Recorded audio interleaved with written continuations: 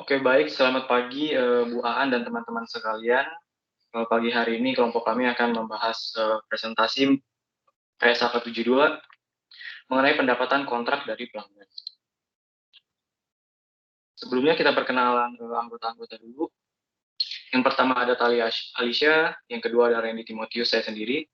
Kemudian yang ketiga ada Gianini Gotami, yang keempat ada Cherry Fantika, dan yang terakhir ada Juni Sani.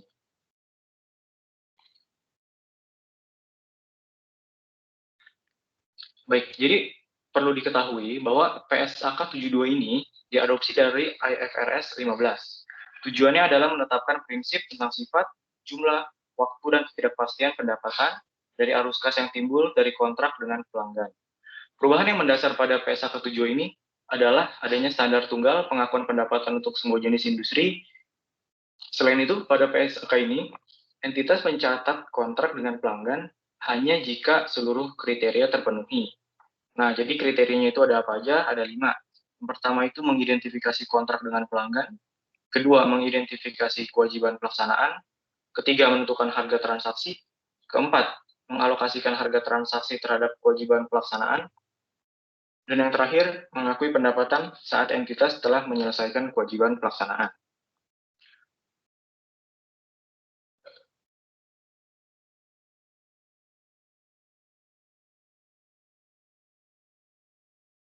Selanjutnya, saya akan membahas mengenai mengidentifikasi kontrak. Di dalam mengidentifikasi kontrak, entitas mencatat kontrak dengan pelanggan hanya jika seluruh kriteria berikut terpenuhi. Yang pertama, para pihak dalam kontrak telah menyetujui kontrak secara tertulis maupun lisan atau sesuai dengan praktis bisnis pada umumnya dan berkomitmen untuk melaksanakan kewajiban mereka masing-masing. Kedua, entitas dapat mengidentifikasi hak setiap pihak mengenai barang atau jasa yang akan dialihkan. Tiga, entitas dapat mengidentifikasi jangka waktu pembayaran barang atau jasa yang akan dialihkan. Keempat, kontrak memiliki substansi komersial, yaitu risiko, waktu, atau jumlah arus kas masa depan entitas diperkirakan berubah sebagai akibat dari kontrak. Lalu, kemungkinan besar entitas akan menagih imbalan yang akan menjadi haknya dalam pertukaran barang atau jasa yang akan dialihkan ke pelanggan.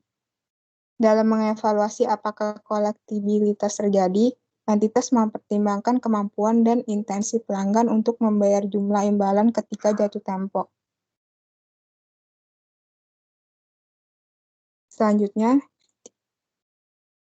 tidak terdapat suatu kontrak jika setiap pihak dalam kontrak memiliki hak yang dapat dipaksakan secara sepihak untuk mengakhiri kontrak yang tidak terlaksana penuh, atau wholly unperformed contract, tanpa adanya kompensasi kepada pihak lain. Kontrak tidak terlaksana penuh jika kedua kriteria berikut terpenuhi. Pertama, entitas belum mengalihkan barang atau jasa yang dijanjikan kepada pelanggan. Kedua, entitas belum menerima dan belum berhak menerima imbalan apapun dalam pertukaran dengan barang atau jasa yang dijanjikan. Kontrak tidak memenuhi kriteria dan entitas menerima imbalan dari pelanggan, maka imbalan tersebut diakui sebagai pendapatan jika salah satu kriteria berikut terpenuhi. Yang pertama, entitas tidak memiliki sisa kewajiban untuk mengalihkan barang atau jasa kepada pelanggan dan seluruh atau secara substansial. Seluruh imbalan yang dijanjikan pelanggan telah diterima entitas dan tidak dapat dikembalikan. Kedua, kontrak telah diakhiri dan imbalan yang diterima dari pelanggan tidak dapat dikembalikan. Lalu entitas mengombinasikan dua atau lebih kontrak tunggal jika satu atau lebih kriteria berikut terpenuhi. Pertama, kontrak dinegosiasikan sebagai satu paket dengan tujuan komersial tunggal. Kedua, jumlah imbalan yang dibayarkan dalam satu kontrak bergantung pada harga atau pelaksanaan dari kontrak lain. Ketiga, barang atau jasa yang dijanjikan dalam kontrak atau beberapa barang atau jasa yang dijanjikan dalam setiap kontrak adalah kewajiban pelaksanaan tunggal.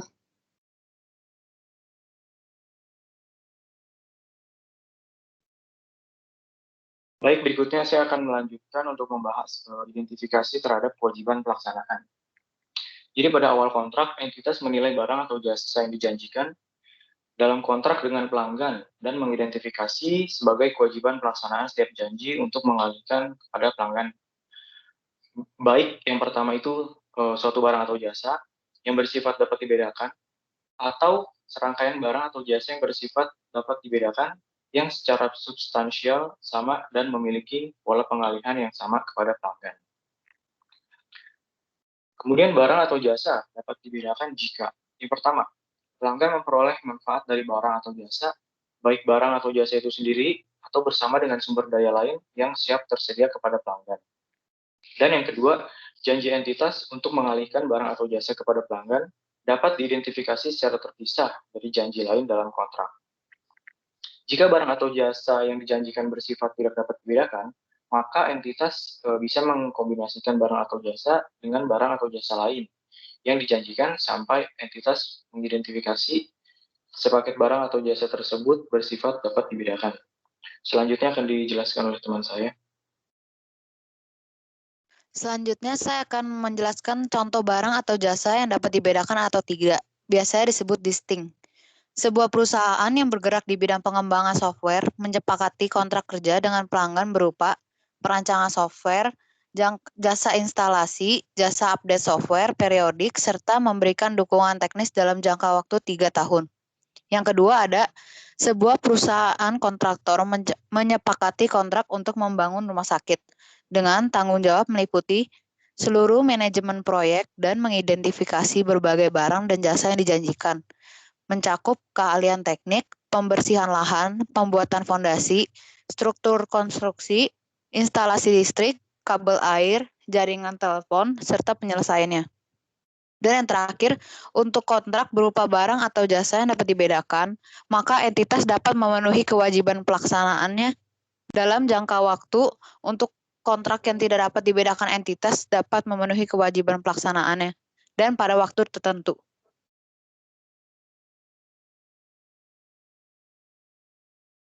Selanjutnya ada kewajiban pelaksanaan yang diselesaikan sepanjang waktu atau performance obligation over time. Entitas mengakui pendapatan atau selama entitas memenuhi kewajiban kinerja dapat mengalihkan barang atau jasa yang dijanjikan, yaitu aset kepada pelanggan. Aset dialihkan ketika atau selama pelanggan memperoleh pengendalian atas aset.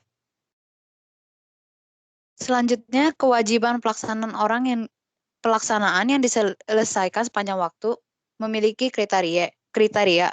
Yang pertama, pelanggan secara simultan menerima dan mengonsumsi manfaat yang disediakan oleh kinerja entitas saat entitas melakukan kewajiban pelaksanaan tersebut.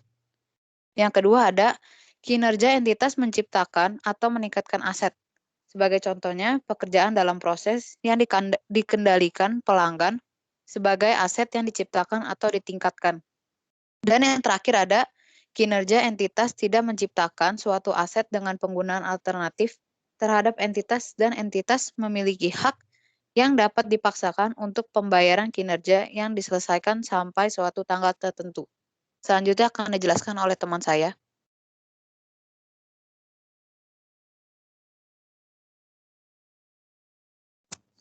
Selanjutnya, saya akan membahas mengenai kewajiban pelaksanaan yang diselesaikan pada waktu tertentu, atau performance obligation at a point in time. Pertama, jika kewajiban pelaksanaan tidak diselesaikan sepanjang waktu, maka entitas menyelesaikan kewajiban pelaksanaan pada waktu tertentu. Lalu, untuk menentukan waktu tertentu, di mana pelanggan memperoleh pengendalian atas aset yang dijanjikan atas entitas menyelesaikan kewajiban pelaksanaan, entitas mempertimbangkan persyaratan pengendalian. Lalu, entitas mempertimbangkan persyaratan pengendalian yang telah dialihkan kepada pelanggan dan pelanggan telah mendapat manfaat atas aset. Kemudian, indikator pengalihan pengendalian yang mencakup tetapi tidak terbatas pada hal berikut. Yang pertama, entitas memiliki hak ini atas pembayaran aset. Kedua, pelanggan memiliki hak kepemilikan legal atas aset. 3. Entitas telah mengalihkan kepemilikan fisik atas aset. Keempat, pelanggan memiliki resiko dan manfaat signifikan atas kepemilikan aset. Dan yang terakhir, pelanggan telah menerima aset.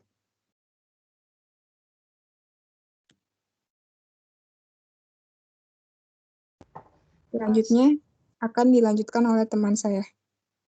Selanjutnya saya akan membahas tentang menentukan harga transaksi, yaitu yang pertama mempertimbangkan syarat kontrak dan praktik bisnis umum. Yang kedua, harga transaksi adalah jumlah imbalan yang diperkirakan menjadi hak entitas dalam pertukaran untuk mengalihkan barang atau jasa kepada pelanggan, tidak termasuk jumlah yang ditagih atas nama pihak ketiga. Yang ketiga, imbalan yang dijanjikan dalam kontrak dengan pelanggan dapat mencakup jumlah tetap, jumlah variabel, atau keduanya.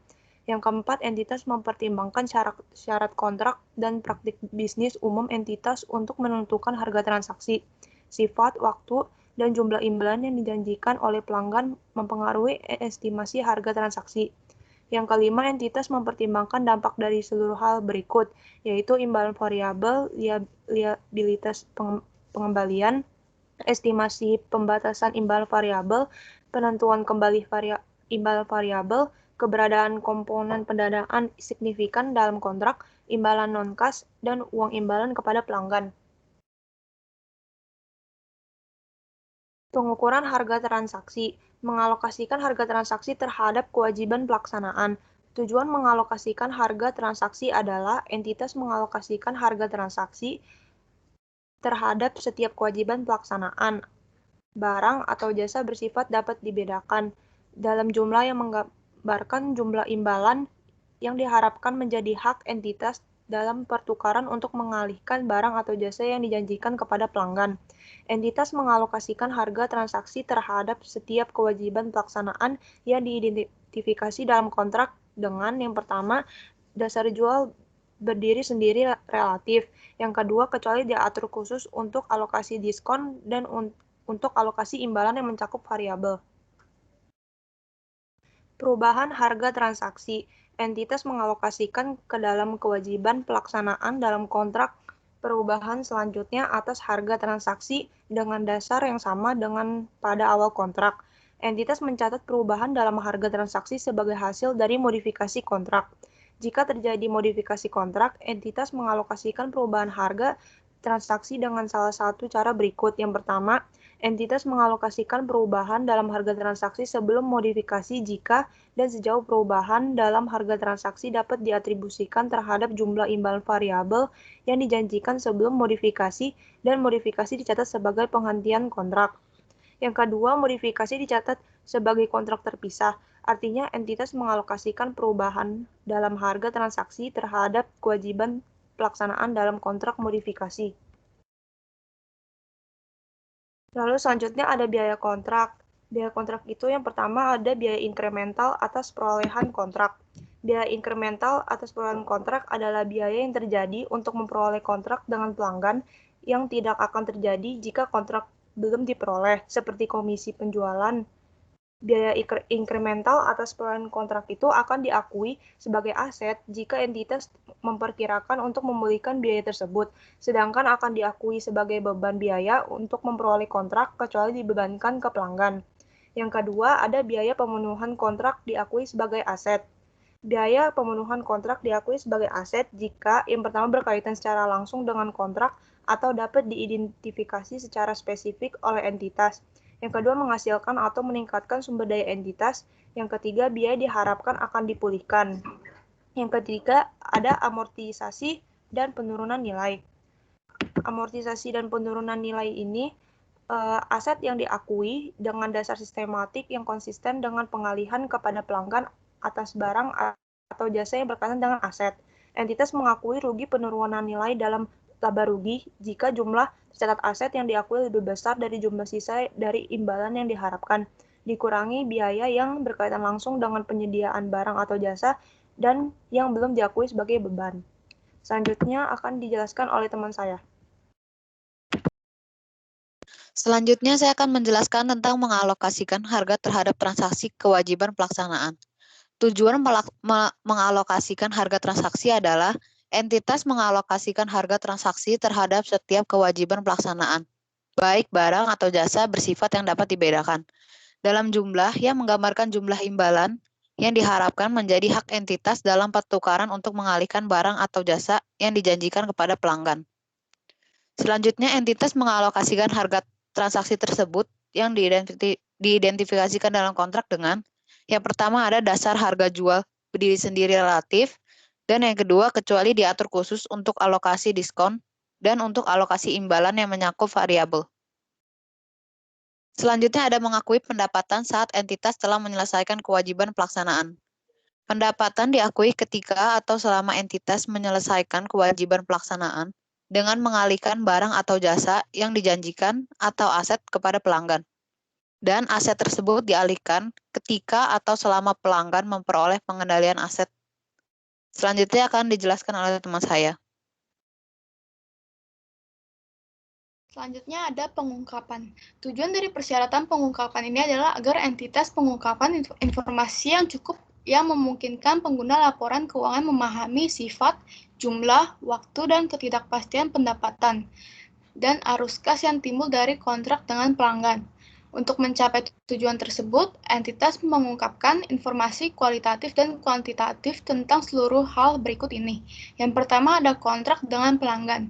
Lalu, ada pertimbangan signifikan dan perubahan dalam pertimbangan yang dibuat dalam menerapkan pernyataan ini terhadap kontrak tersebut, dan aset yang diakui dari biaya untuk memperoleh atau memenuhi kontrak dengan pelanggan. Next, selanjutnya ada ketentuan dari transisi.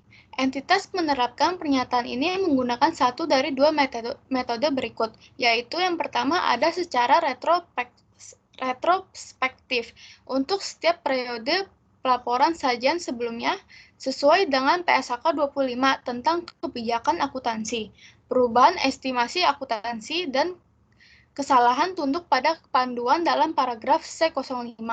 Lalu yang kedua adalah secara retrospektif dengan dampak kumulatif atas penerapan secara awal pernyataan ini diakui pada tanggal penerapan awal sesuai dengan paragraf C07 sampai C08. Sekian presentasi dari kelompok kami. Terima kasih.